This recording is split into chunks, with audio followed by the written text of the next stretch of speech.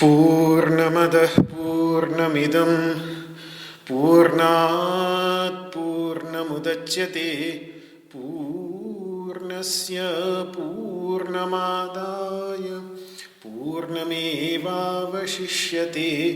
ॐ शान्तिः शान्तिः शान्तिः। वसुदेवसुतं देवं कंसचाणूरमर्दनं देवकी परमानन्दं कृष्णं वन्दे जगद्गुरुं। सर्वोपनिषदो गावो दोग्धा गोपालनन्दनः पार्थो वत्सः सुधीर्भोक्ता दुग्धं गीतामृतं महत्। न कामयेऽहं गतिमीश्वरात् पराम् अष्टर्धियुक्तां पुनर्भवं वा आर्तिं प्रपद्येऽखिलदेहभाजाम् अन्तःस्थितो येन भवन्त्यदुःखाः। विश्वं दर्पणदृश्यमाननगरी तुल्यं निजान्तर्गतम् पश्यन्नात्मनि मायया बहिरिवूत् भूतं यथा निद्रया। यस्साक्षात् कुरुते प्रबोधसमये स्वात्मानमेवाद्वयम्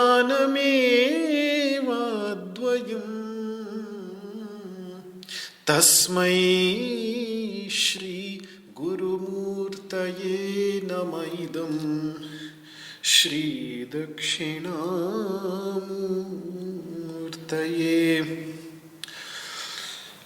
ॐ शान्तिः शान्तिः शान्तिः।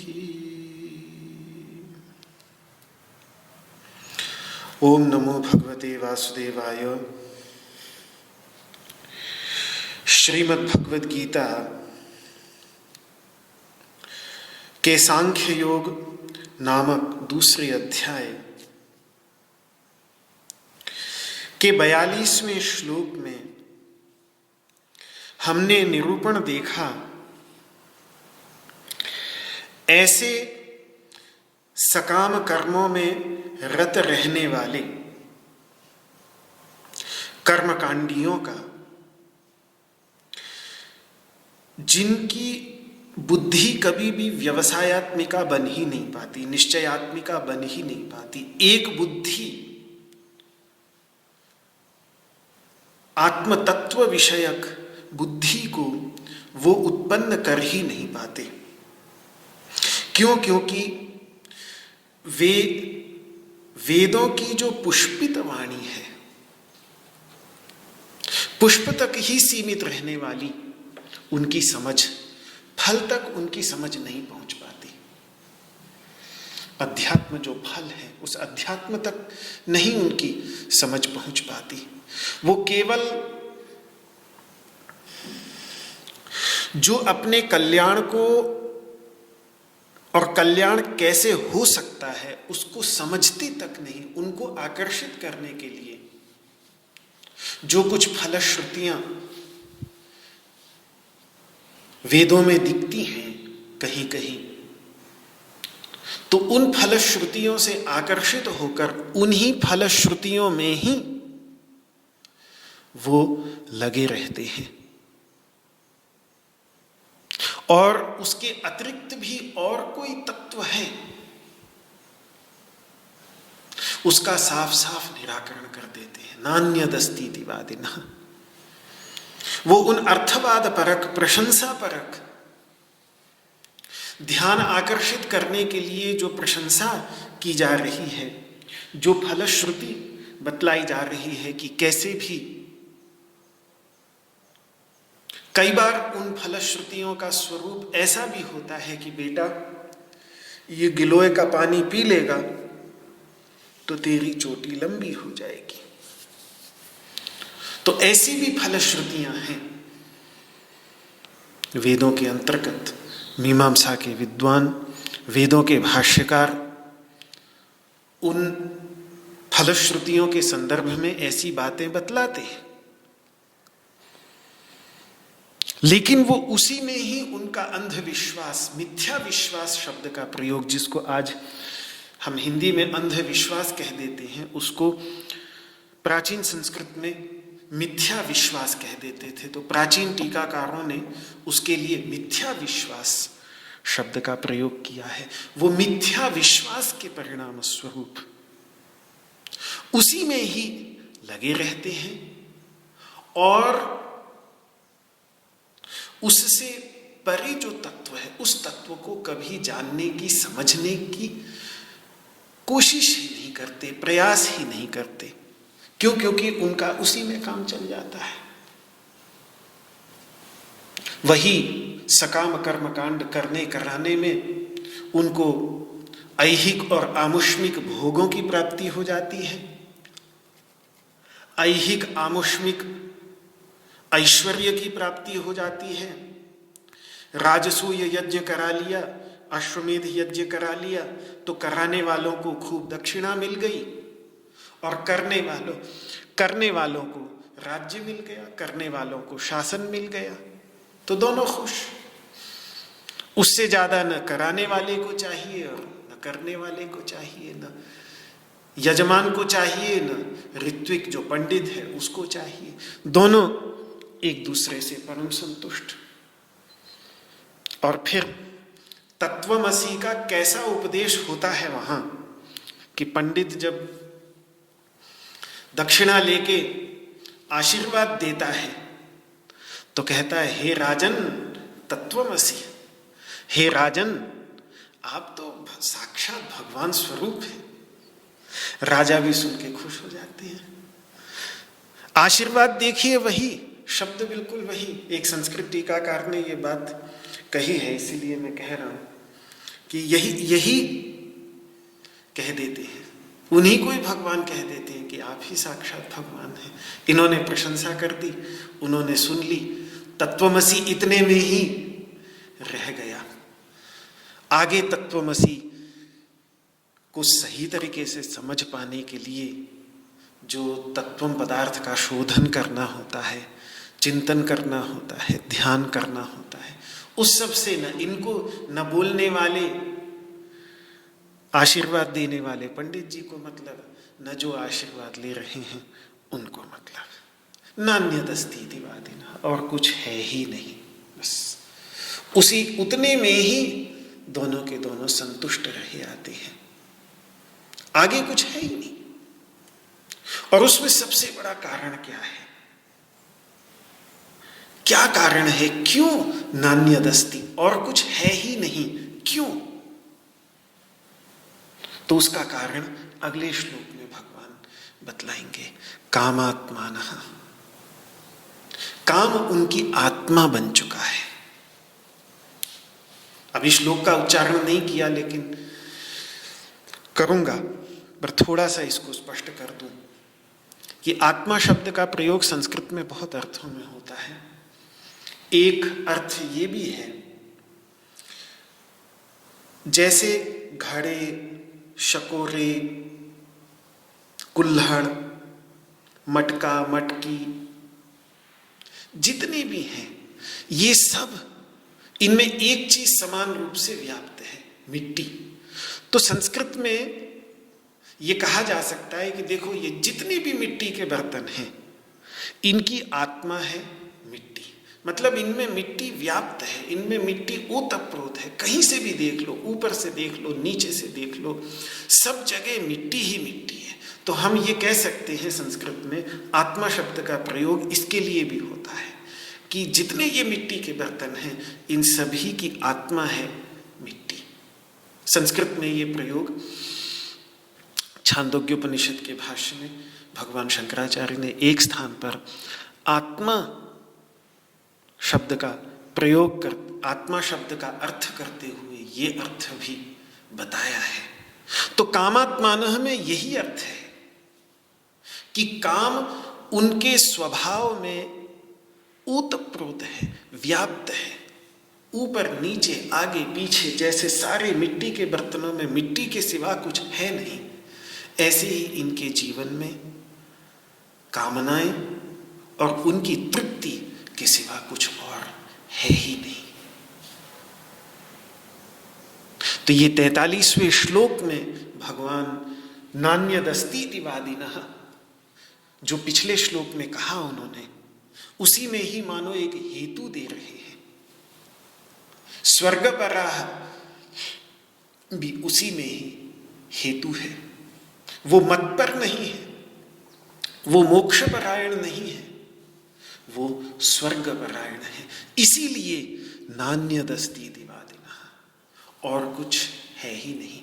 और ऐसे विद्वान, ऐसे ऋषि भी कुछ होते थे प्राचीन काल में। ऐसा मीमांसा दर्शन इत्यादि ग्रंथों का अध्ययन करने से बहुत साफ पता चल जाता है। तो आइए 43वें श्लोक का उच्चारण करें और फिर इसको और गहराई से समझते हैं। ये बीच का श्लोक है, वाक्य अधूरा है। पूरा वाक्य 42, 43 और 44 को मिलाकर बनेगा। तो बीच का ये हिस्सा है, इसको समझेंगे, फिर अंत में तीनों श्लोकों को मिलाकर समझने का प्रयास होगा जब 44वां श्लोक हो जाएगा।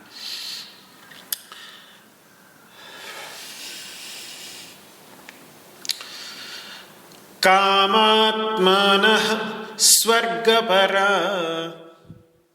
जन्म कर्म फलप्रदां क्रिया विशेष बहुलां भोगैश्वर्य गतिं प्रति। कामात्मानः स्वर्गपरा जन्म कर्म फलप्रदां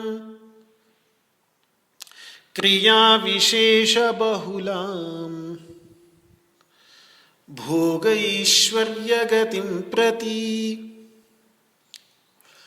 कामात्मानः स्वर्गपरा जन्म कर्म फलप्रदां क्रिया विशेष बहुलां भोगैश्वर्य गतिं प्रति। वे कामात्मा हैं, स्वर्गपरायण हैं, वही जिनके विषय में पीछे भगवान ने अविपश्चितः कहा। ये सब अविपश्चितः के विशेषण हैं। अज्ञानी, अविपश्चितः मतलब अज्ञानी, विपश्चित का अर्थ होता है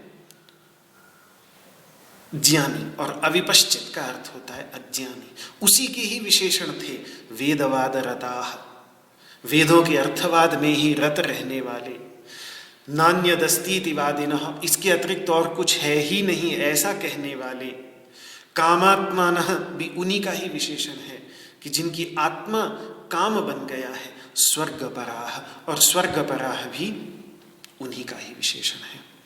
और पुष्पिताम वाचम, पुष्पित वाणी का विशेषण है जन्म कर्म फल प्रदाम। वो कैसी पुष्पित वाणी को बोलते हैं?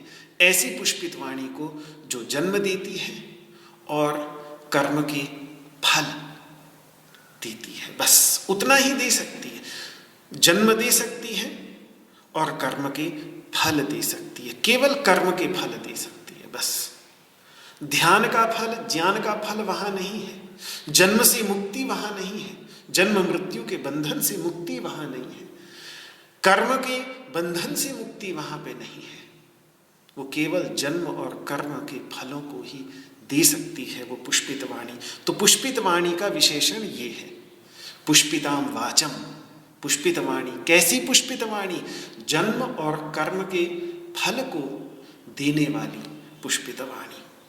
और भोग ऐश्वर्य, भोग और ऐश्वर्य की प्राप्ति कराने वाली अनेकों प्रकार की क्रियाएं जिस वाणी में निरूपित हैं, जिस पुष्पित वाणी के अंदर, वही उस उत्तरार्थ में भी क्रिया विशेष बहुलाम उसी पुष्पित वाणी का ही विशेषण है।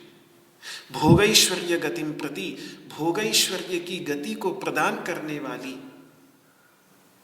जो बहुत प्रकार की क्रियाएं हैं, अनेकों प्रकार की क्रियाएं हैं, उनसे चित्र विचित्र वाली वो पुष्पित वाणी है कि अच्छा ये कर्म कर लो, ये कर्म कर लो, ये कर्म कर लो, अगर ये समस्या है तो ये कर्म कर लो।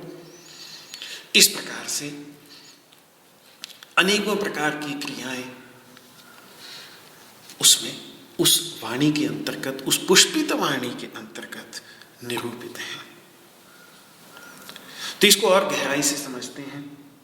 कामात्मानः तो मैंने स्पष्ट किया ही, क्योंकि आत्मा का अर्थ वैसे तो स्वभाव होता है, स्वरूप वैसे तो स्वरूप होता है, लेकिन यहां स्वभाव अर्थ में हम लेंगे इसे, स्वरूप अर्थ में नहीं लेंगे, अभी तो स्वभाव मतलब काम ही जिनका स्वभाव बन गया है, इस अर्थ में यहां आत्मा शब्द लेंगे।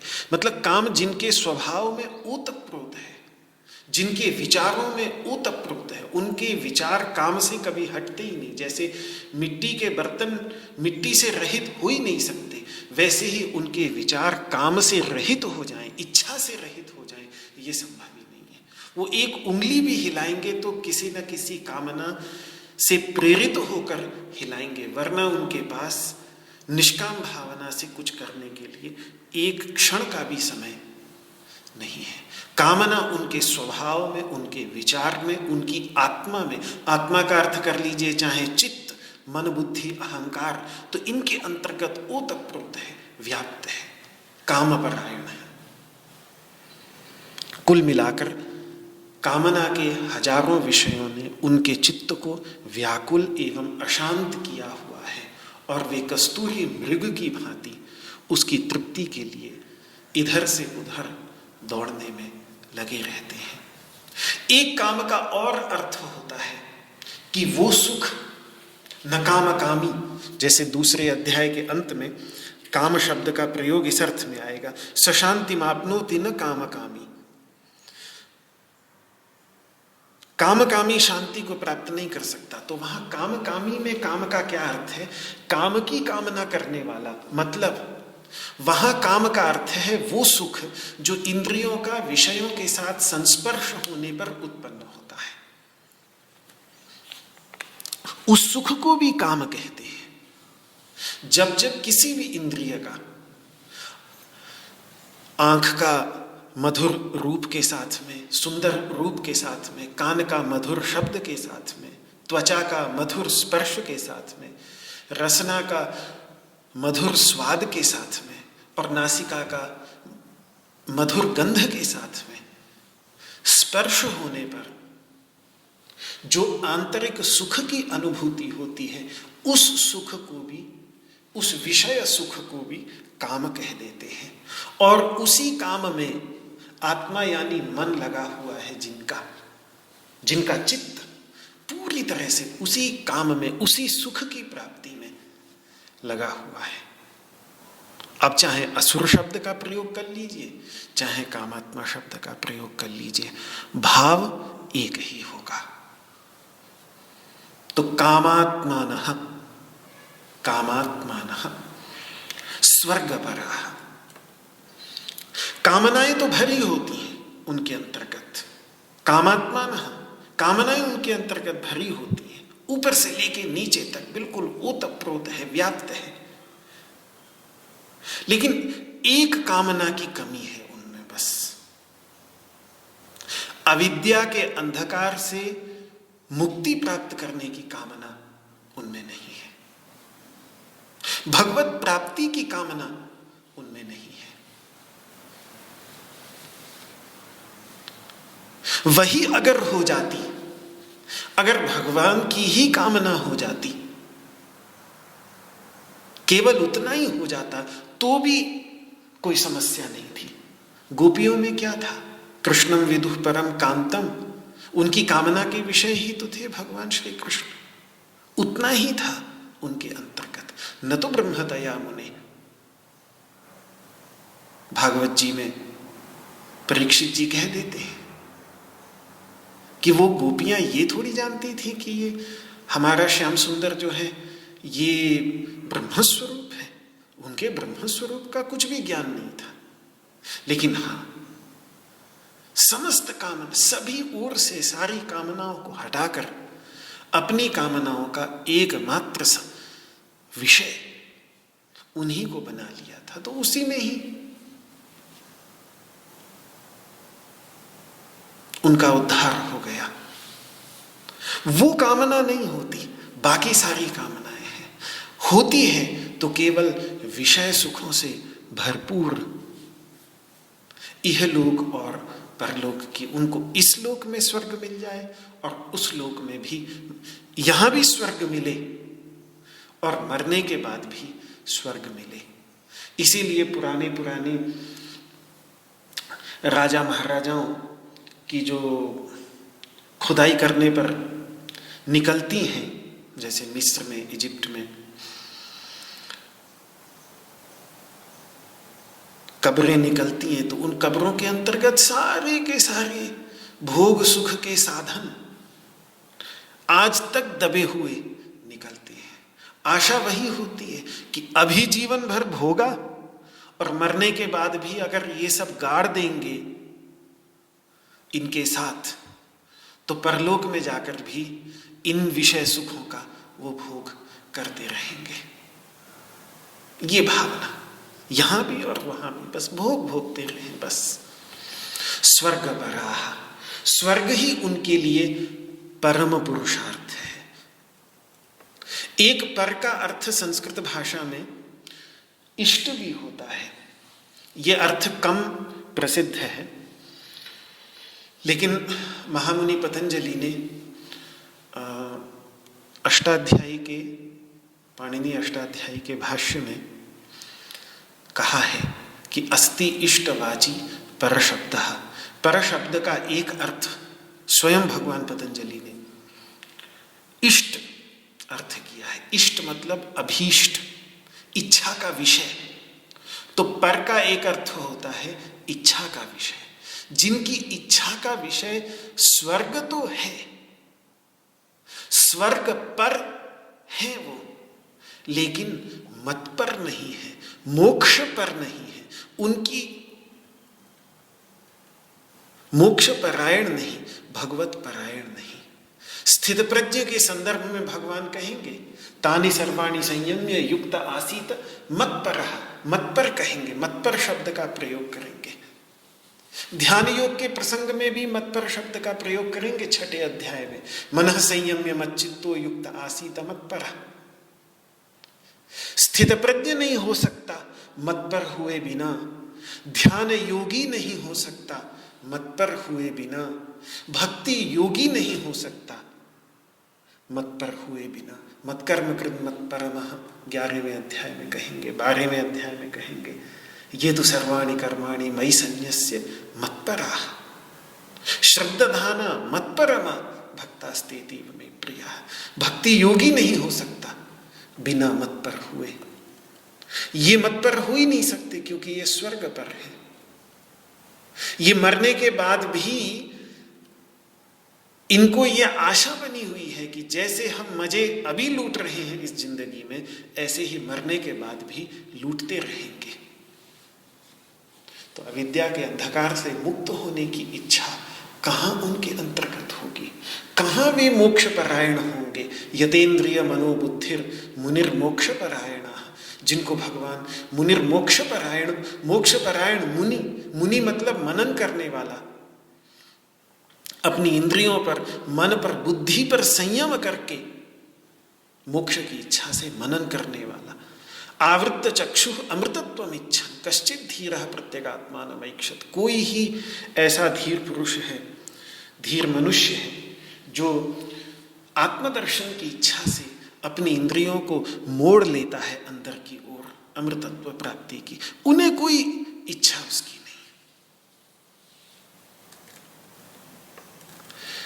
वे तो जीवन भर दिव्य रथों में बैठे, तो उन्हें मरने के बाद भी दिव्य विमानों में बैठना है।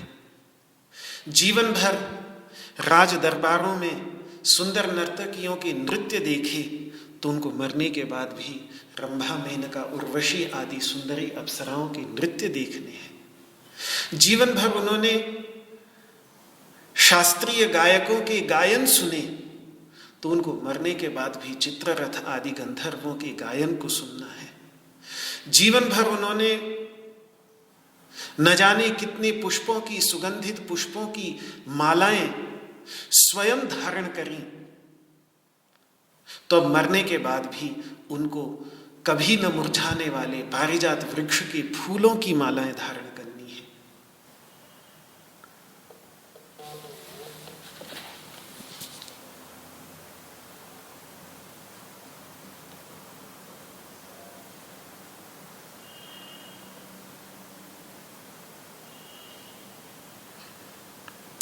ये कब से छूटा?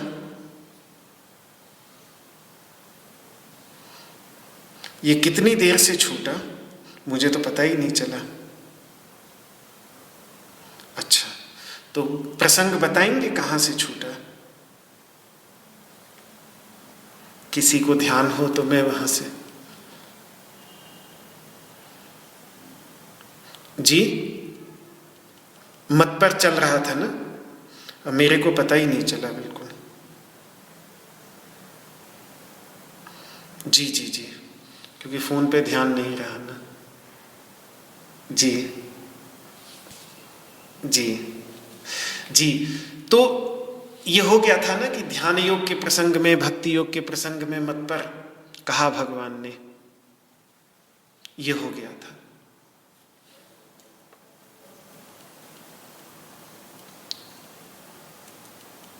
अच्छा, इष्ट की व्याख्या कर ली थी, पर शब्द की व्याख्या इष्ट कर ली थी।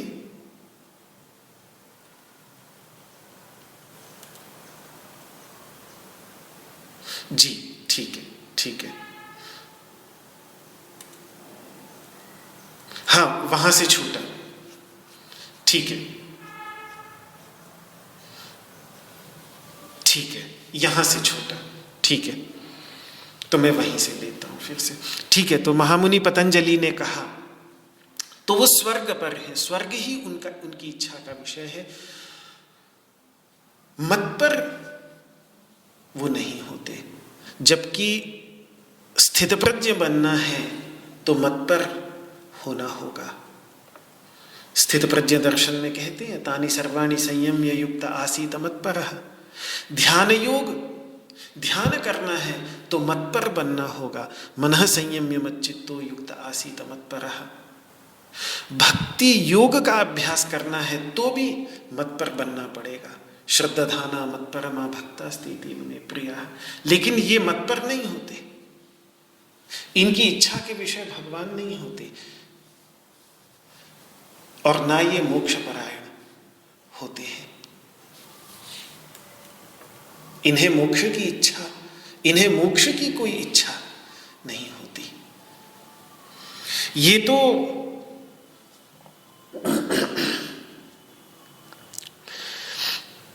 जीते जी भी भोग भोगते रहे और बाद में भी जीवन भर दिव्य रथों में बैठे तो मरने के बाद दिव्य विमानों में बैठना है। जीवन भर राजकीय सुख भोगते रहे, वही सुख उन्हें बाद में भी भोगने हैं।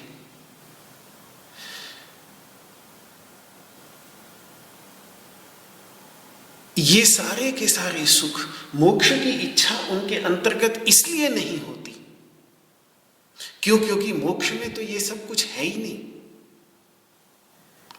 मोक्ष के निरूपण को वो सुन लेते हैं तो उनको लगता है कि अरे ये हमारे किस काम का। बृहदारण्यक उपनिषद में जब मोक्ष तत्व का निरूपण महर्षि याज्ञवल्क्य करते हैं तो यत्र तु अस्य सर्वमात्मैवाभूत, जहां सब कुछ आत्मस्वरूप ही हो गया, वहां किससे किसको तो देखेगा, किससे किसको सूंघेगा, किससे किसको चखेगा, किससे किससे बात करेगा, किससे किसको सुनेगा और किससे किसका स्पर्श करेगा।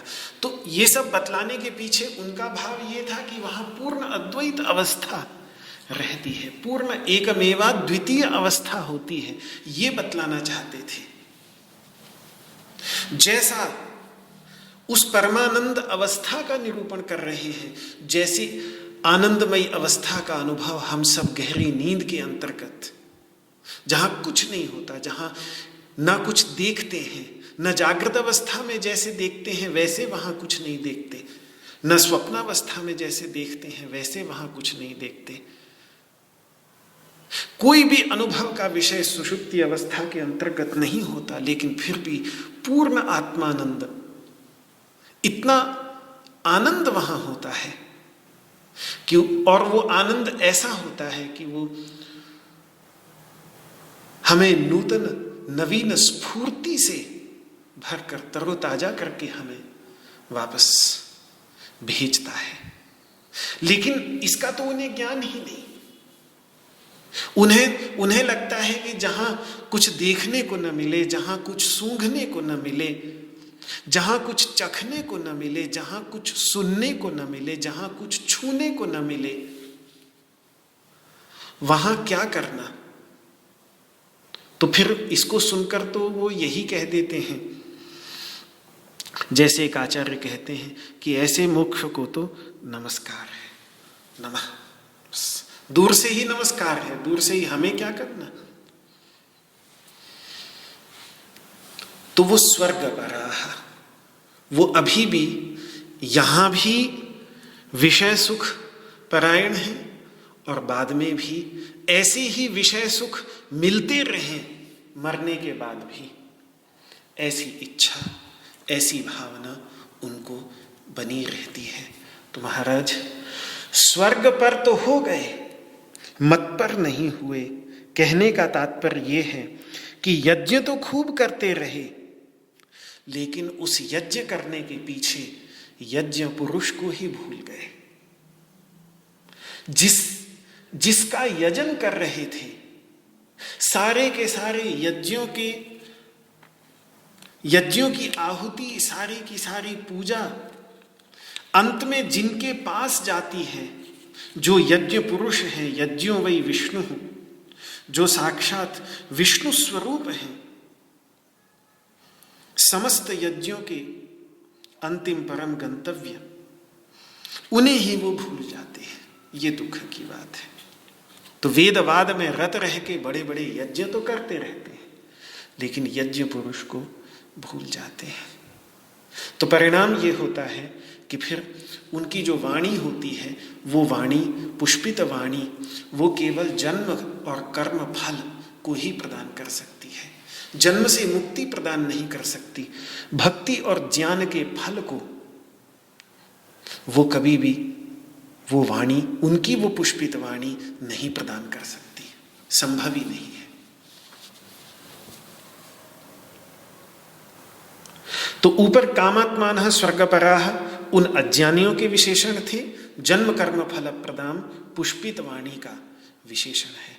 ये पुष्पित वाणी उन स्वर्गादि उच्च लोकों में जन्म का हेतु बन जाती है और इनके शुभ कर्मों के फलों को प्रदान करने वाली होती है, जिससे उनका भोग करके सुखी हो सके। तो जन्म का अर्थ हो गया विशिष्ट शरीर।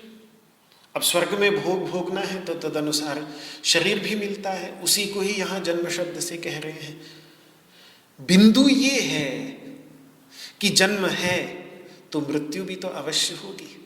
जन्म हो और मृत्यु ना हो, ये तो संभव ही नहीं है।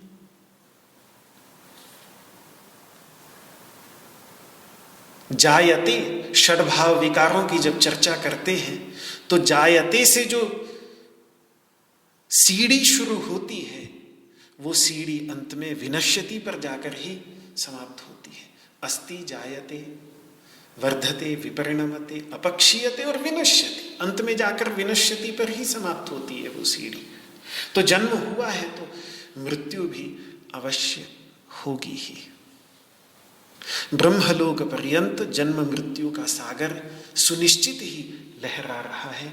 इसीलिए भगवान आगे 8वें अध्याय में कहेंगे, आब्रह्म भुवनाल्लोकाः पुनरावर्तिनोर्जुन। वहां मृत्यु होगी तभी तो लौटकर यहां आएगा, पुनरावर्तन अन्यथा कैसे। और कर्म के फल, समस्या वहां यही है कि वो सुख अभी भी उन फलों पर ही, कर्म के फलों पर ही आश्रित है, जो कृतक होने के कारण अनित्य है। अभी भी विषयों पर आश्रित होने के कारण वो आनंद विषयानंद ही है, वो आत्मानंद नहीं है, वो स्वरूप भूत आनंद नहीं है। पर ये पुष्पित वाणी तो इतना ही दे सकती है, इससे अधिक देने की क्षमता ही उसमें नहीं है। वो मोक्ष प्रदा नहीं हो सकती, वो भगवत भक्ति प्रदायिनी नहीं हो सकती, वो ज्ञान प्रदायिनी नहीं हो सकती, वो केवल जन्म प्रदायिनी हो सकती है, कर्म के फल को देने वाली हो सकती है। तो ये क्यों? क्योंकि जब तक काम है, जब तक इच्छा है, तब तक जन्म सदसद योनियों में जन्म होता ही रहेगा। वह इतना है कि अगर अच्छी कामना, शुभ कामना है तो शुभ योनियों में जन्म हो जाएगा, और अशुभ कामना है तो अशुभ योनियों में जन्म होगा। फर्क सिर्फ इतना है, लेकिन जन्म अवश्य होगा, ये सुनिश्चित है।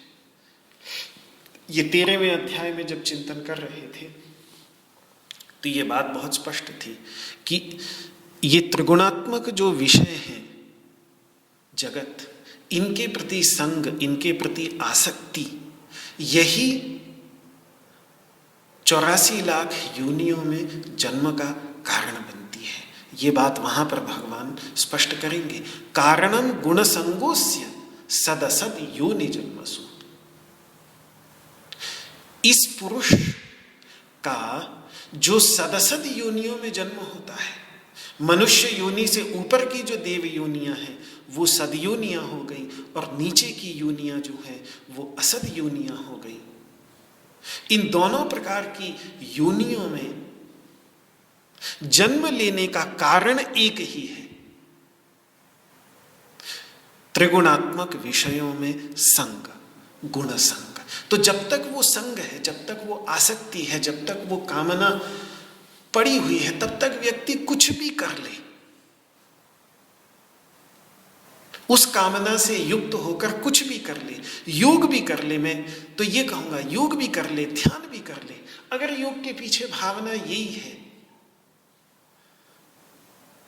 कि विषयों का, आज के समय में अधिकतर विश्व में योग का प्रचार बहुत है, लेकिन अधिकतर बहुत छोटा प्रतिशत है जो उस योग के माध्यम से आत्मदर्शन करने का इच्छुक है। अधिकतर तो सभी बस स्वास्थ्य मिल जाए, स्वास्थ्य लाभ हो जाए, स्वस्थ हो जाए, शरीर सुगठित, सलोना, सुंदर हो जाए, बस। जिससे फिर शरीर और थोड़ा स्वस्थ रहाए तो और थोड़ा 2-4 साल मजे लूट लें, बस उतनी ही भावना।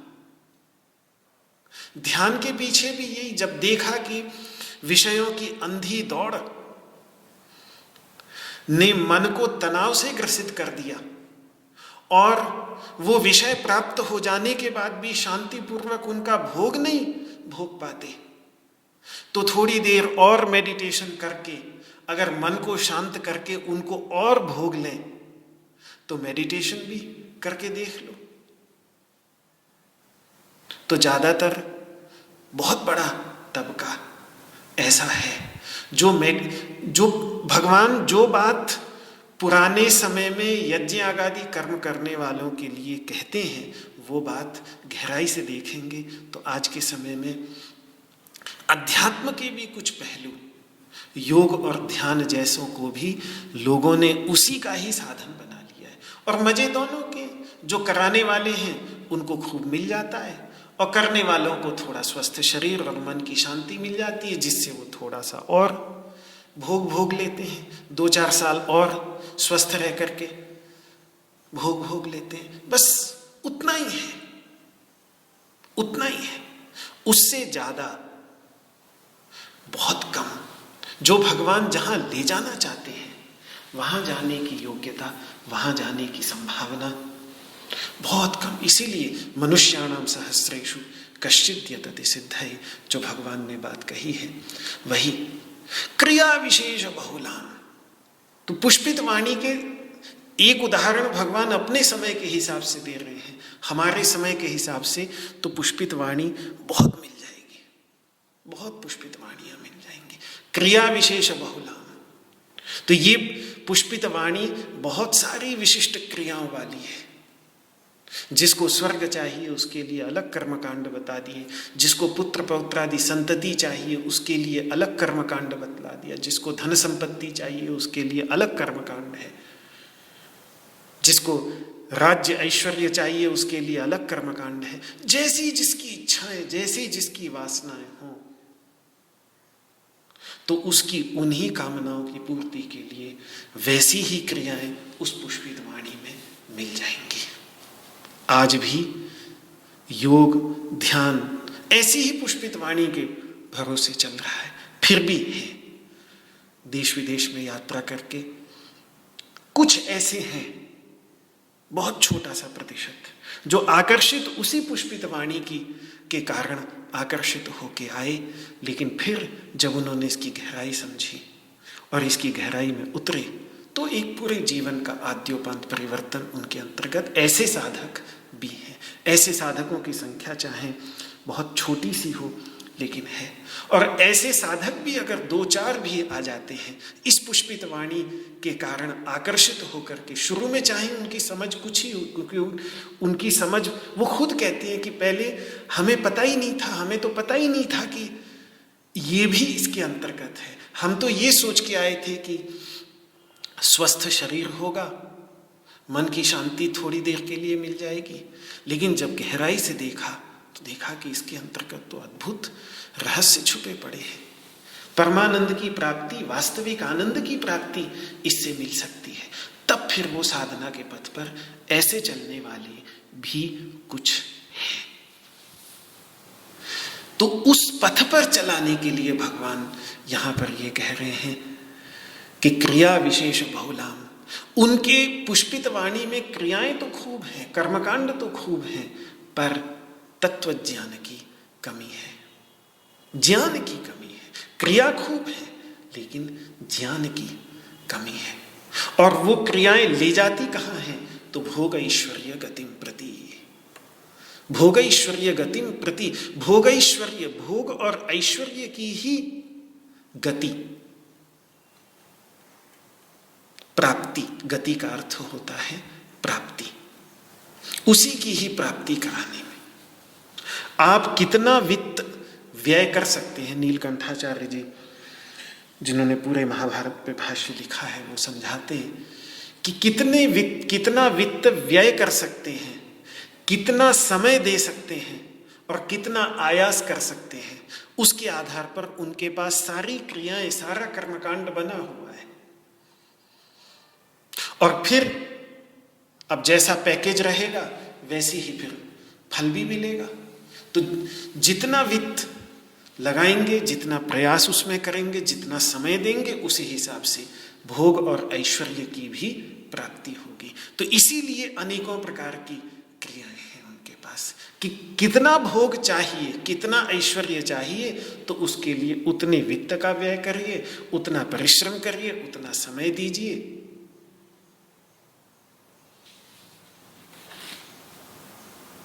तो भोग और ऐश्वर्य की प्राप्ति हो जाएगी। भोग तो प्रसिद्ध ही है, और ऐश्वर्य का अर्थ होता है ईश्वर भाव, स्वामित्व, दूसरों पर शासन करने की योग्यता। उसको प्राप्त कराने वाली बहुत सारी विशेष क्रियाओं से भरी पड़ी है वो पुष्पित वाणी। तो वो भोग प्रदान कर सकती है, ऐश्वर्य प्रदान कर सकती है, भोग ऐश्वर्य की गति प्रदान कर सकती है, लेकिन योग रूप परम गति को, परमानंद, समाधि से प्राप्त होने वाले परमानंद का अनुभव कराने वाली जो योग रूप, वास्तविक योग रूप परम गति है, उस परम गति को प्राप्त कराने में वो सक्षम नहीं। क्योंकि उपनिषद योग को परम गति कहते हैं। यदा पंचावतिष्ठन्ति, जब पांचों ज्ञानेन्द्रियां मन के साथ स्थिर हो जाएं, बुद्धिश्च न विचेष्टति, और बुद्धि में भी चेष्टा न हो, बिल्कुल शांत हो जाए, ताम आहुः परमाम गतिम, उसको कठोपनिषद परम गति कहती है। ताम योगमिति मन्यन्ते, उसको योग कहती है उपनिषद। तो उस परागति को नहीं ले जा सकती ये क्रियाएं, क्योंकि उसके लिए तो एकाग्र करना पड़ेगा, एक निश्चयात्मिका बुद्धि लानी पड़ेगी। परम गति, परागति वास्तव में भगवान ही है। इसीलिए गीता में मामेव अनुत्तमाम गतिम आस्थितः सही युक्तात्मा मामेव अनुत्तमाम गतिम, ज्ञानी भक्त की जब बात करते हैं भगवान, तो वो समाहित अंतःकरण वाला होकर मुझ सर्वोत्तम गति को वो प्राप्त करता है। आवाज आ रही है? जी जी। तो सर्वोत्तम गति, अनुत्तम गति, सर्वोत्तम गति है स्वयं भगवान।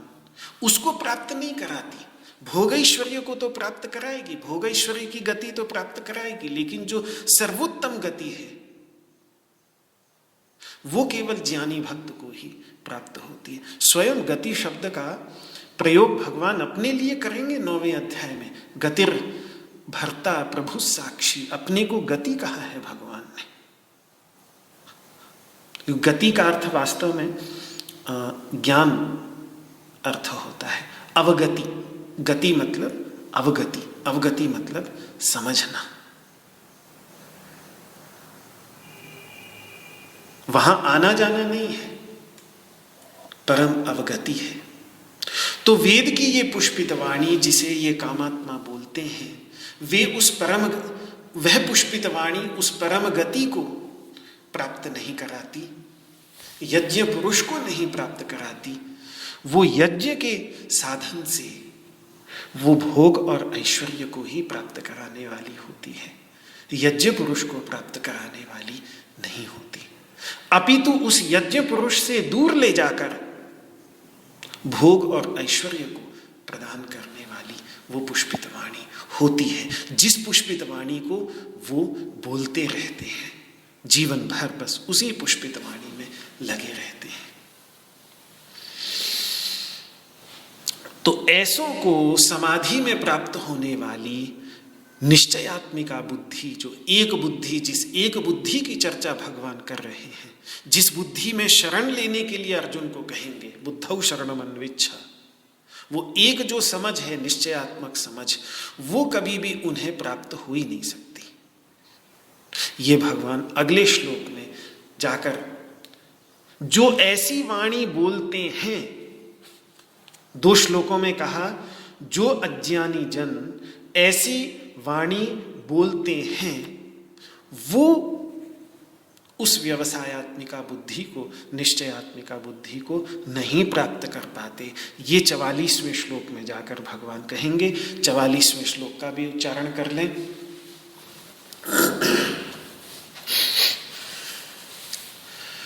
भोगैश्वर्य प्रसक्तानां तयापहृत चेतसां व्यवसायात्मिका बुद्धिः समाधौ न विधीयते। भोगैश्वर्य प्रसक्तानां तयापहृत चेतसां व्यवसायात्मिका बुद्धिः समाधौ न विधीयते। भोगैश्वर्य प्रसक्तानां तयापहृत चेतसां व्यवसायात्मिका बुद्धिः समाधौ न विधीयते। ऐसे जो भोग और ऐश्वर्य में आसक्त ही नहीं बल्कि बहुत अधिक आसक्त है, प्रसक्त प्रकृष्ट रूप से, मतलब बहुत प्रकर्ष के साथ, बहुत जोर शोर से जो आसक्त हैं, और ऐसी पुष्पित वाणी से जिनका चित्त अपहृत रहता है, जिनके चित्त का अपहरण हो चुका है, ऐसों को समाधि में प्राप्त होने वाली व्यवसायात्मिका बुद्धि प्राप्त नहीं होती। ये इस श्लोक में भगवान ने कहा। भोग ऐश्वर्य प्रसक्तानां, यदि वो भोग और ऐश्वर्य में प्रसक्त नहीं होते तो वो यज्ञ, वो कर्मकांड यज्ञ पुरुष की प्राप्ति का साधन बन जाता, उनके अंतःकरण की शुद्धि का साधन बन जाता, ज्ञान का साधन बन जाता। यज्ञ बुरा नहीं, कर्मकांड बुरा नहीं, कर्मकांड के पीछे की भावना की समस्या है।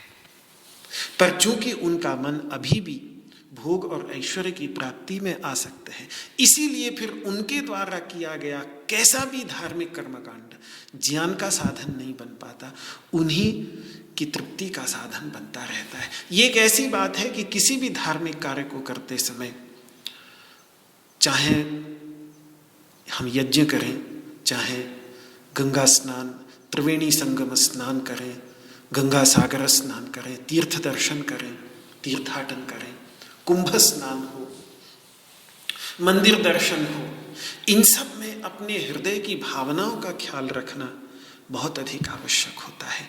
यदि मंदिर में प्रवेश करते समय भावना वही सांसारिक होगी तो फिर उसका फल भी वही सांसारिक होगा। यदि भावना आध्यात्मिक होगी, यदि भगवत दर्शन करते समय भक्ति की प्रार्थना होगी कि हे प्रभु मुझे भक्ति प्रदान करें, हे प्रभु मुझे अविद्या के अंधकार से मुक्ति प्रदान करें, तो फिर उस सब के परिणाम भी आध्यात्मिक होंगे। फिर चाहे गंगा स्नान करें, तीर्थ दर्शन करें, कुंभ स्नान करें, मंदिर दर्शन करें, भावना यदि वो होगी तो वे सब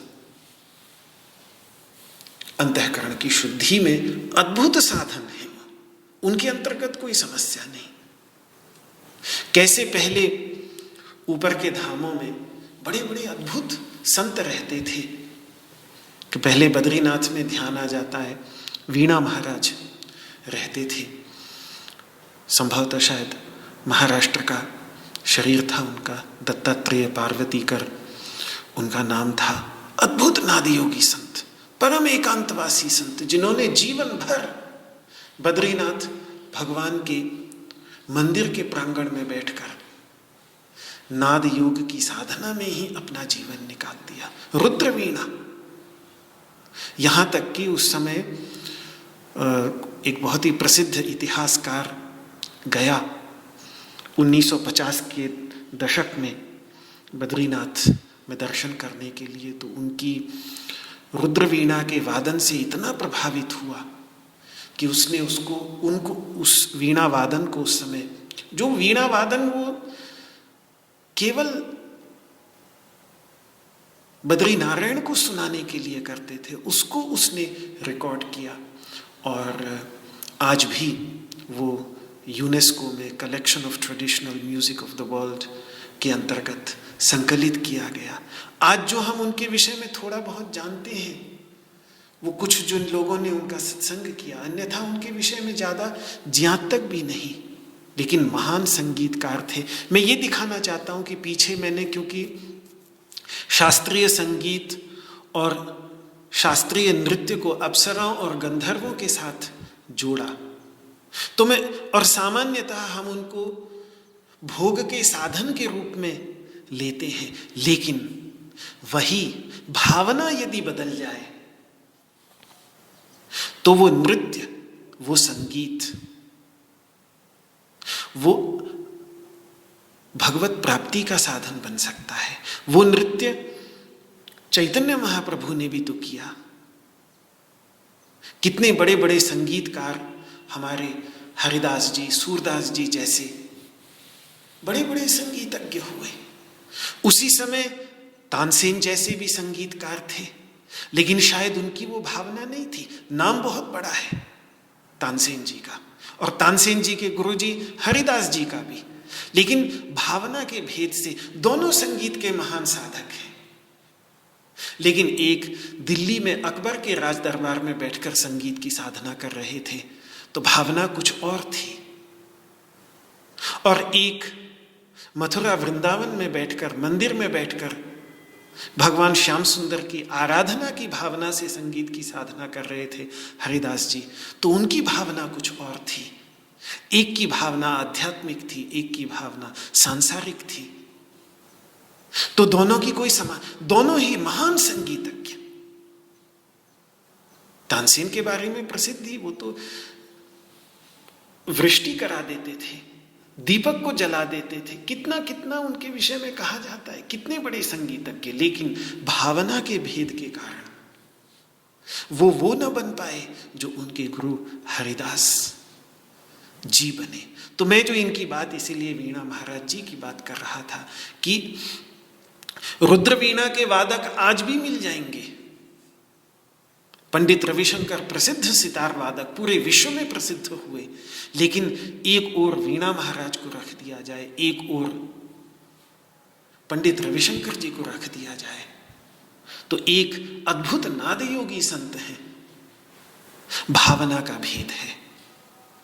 भावना क्या है? भावना यदि आध्यात्मिक होगी तो व्यक्ति कुछ भी करेगा, कुछ भी करेगा तो वो उसको परमात्मा से मिलाने का ही साधन बनेगा। तो मुझे वीणा महाराज जी का ध्यान इसलिए आ गया क्योंकि ऑस्ट्रेलिया में जिनके घर में काफ़ी समय निवास किया मैंने, करुणा माता जी, तो वो उनकी सेवा में कुछ समय, जब वो बहुत वृद्ध हो गए थे तो बद्रीनाथ धाम में उनकी सेवा की।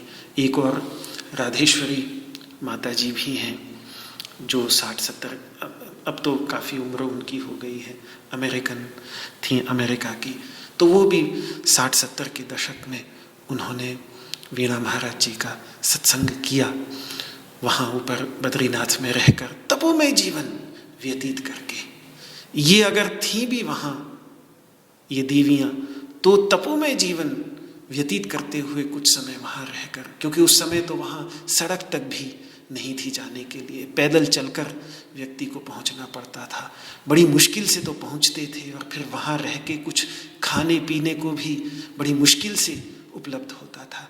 ऐसी परिस्थितियों में भी वहाँ रहकर नाद योग की साधना और उनकी सेवा करने वाले इन लोगों से कुछ उनके जीवन में के विषय में पता चला, तो ध्यान आया। तो मेरा कहने का उद्देश्य यही था कि साधन कुछ भी हो, साधन चाहे नृत्य हो, साधन चाहे संगीत हो, जो ये रसिक कलाएं हैं ये भी भले ही साधन, भावना पीछे क्या है, खेल उसका है।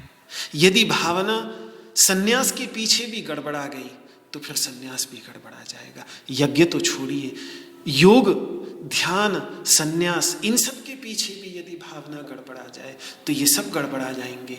और यदि भावना वो व्यवसायत्मिका, एक निश्चयात्मिका बुद्धि, वो भावना वाली बात है कि वो एक भावना यदि व्यक्ति अपने जीवन में ले आए तो उसके बाद वो क्या करता है इससे फर्क नहीं पड़ता, वो जो भी करेगा वही उसको उस परमात्मा की प्राप्ति का साधन बन जाएगा।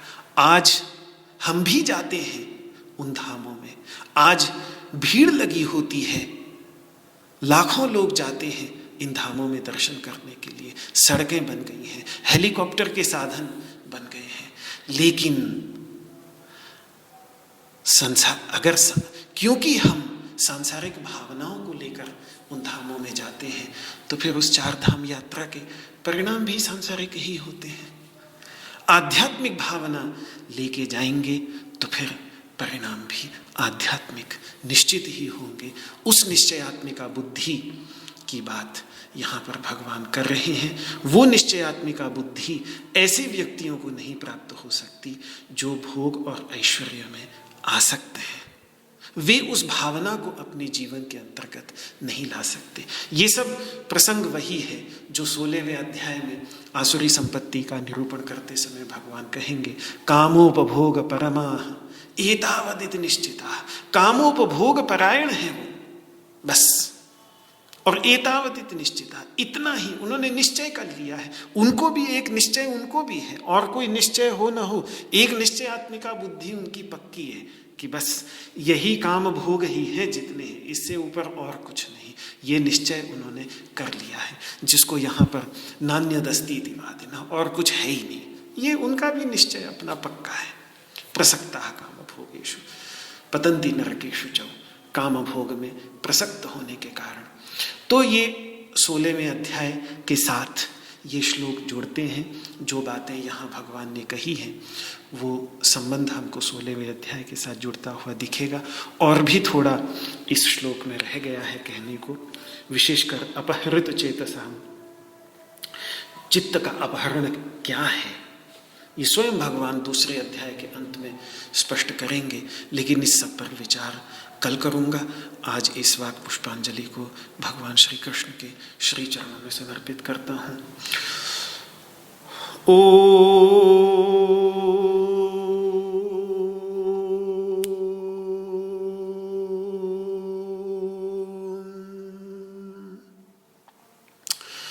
सर्वे भवन्तु सुखिनः, सर्वे सन्तु निरामयाः, सर्वे भद्राणि पश्यन्तु, मा कश्चित् दुःखभाग् भवेत्। ॐ शान्तिः शान्तिः शान्तिः। न त्वहं कामये राज्यं न स्वर्गं न पुनर्भवं, कामये दुःखतप्तानां प्राणिनामार्तिनाशनम्। श्री कृष्णार्पणमस्तु। आपको मेरा हाथ जोड़ करके प्रणाम। जय श्री कृष्ण, जय श्री कृष्ण, जय श्री कृष्ण।